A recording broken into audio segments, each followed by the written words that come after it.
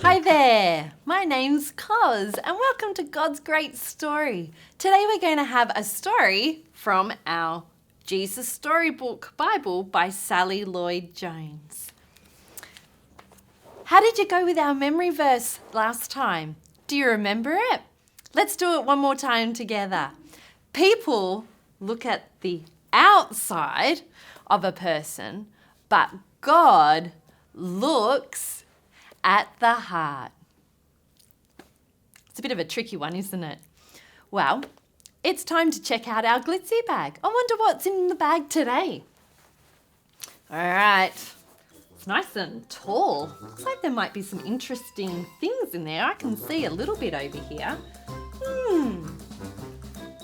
Oh, can you see that? That's somebody in jail.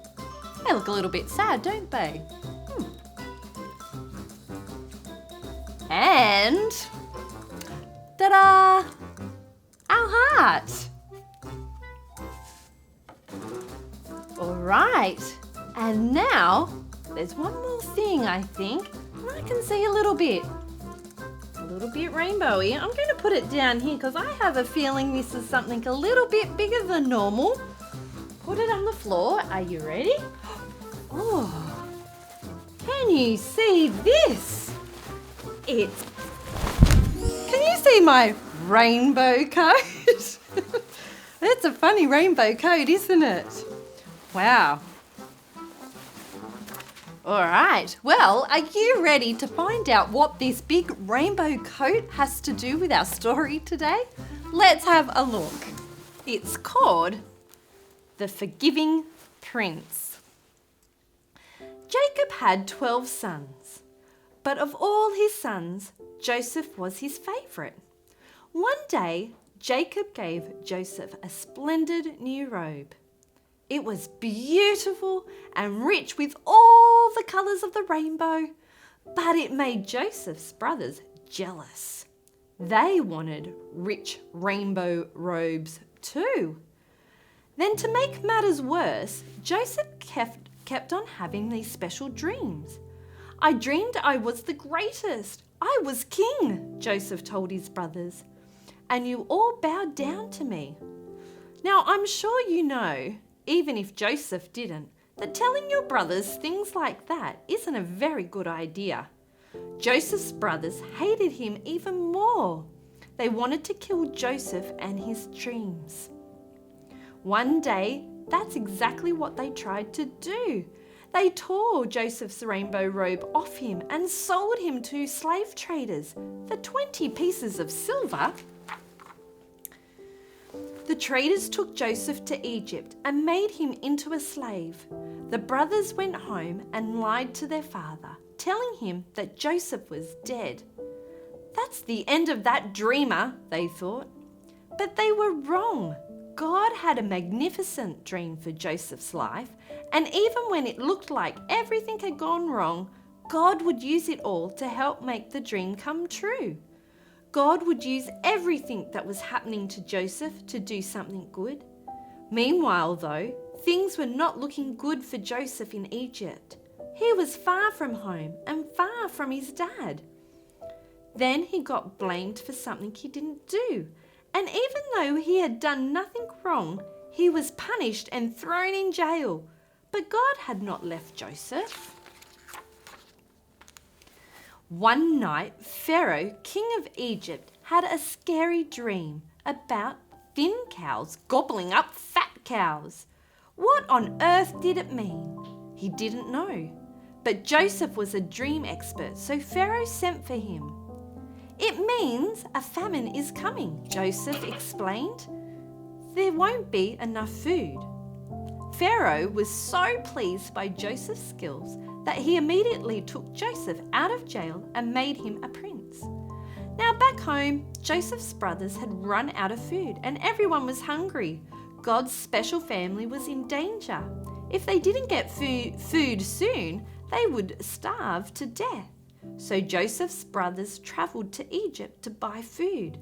They came and knelt before the new prince. His brothers didn't know that the prince was Joseph, but Joseph knew who they were.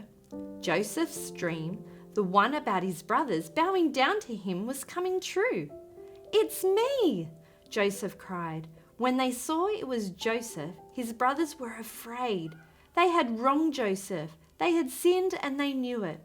Now Joseph would certainly punish them. But Joseph looked at his brothers and his eyes filled with tears. Even though his brothers had hurt him and hated him and wanted him dead, in spite of everything, he couldn't stop loving them. His heart, which they had broken, filled up with love, and Joseph forgave them. Joseph threw his arms around them. "Don't be afraid," he said. Behind what you were doing, underneath everything that was happening, God was doing something good. God was making everything right again. Joseph didn't punish them. He rescued them. He brought God's special family to live safely with him in Egypt. One day, God would send another prince, a young prince whose heart would break. Like Joseph, he would leave his home and his father. His brothers would hate him and want him dead. He would be sold for pieces of silver. He would be punished even though he had done nothing wrong. But God would use everything that happened to this young prince, even the bad things, to do something good, to forgive the sins of the whole world. That's the end of the story. But what an amazing God that he is able to use bad situations and bring good situations out of them. God always has a plan. All right, let's have a look at our glitzy bag. We had someone in prison, didn't we? Joseph was thrown into prison. But he didn't stay there forever. God rescued him out. And our love heart. Joseph's heart was broken, wasn't it? But his heart filled with love and he forgave his brothers. And God's love for his people is that there's always a plan. And my beautiful royal rainbow robe. This was what Joseph had at the start, and his brothers became jealous of him. All right, so our memory verse is from Genesis chapter 50, verse 20, and it says this: "You planned to harm me, but God planned it for good." So, are you ready to do some actions? All right, you planned to harm me, but God planned it for good. All right, let's do it together. You plan to harm me, but God planned it for good. All right, would you like to try that by yourself? You planned to harm me, but God planned it for good. How did you go? Well done. All right, well, that's it for today. All right, hope you join me next time. Bye-bye.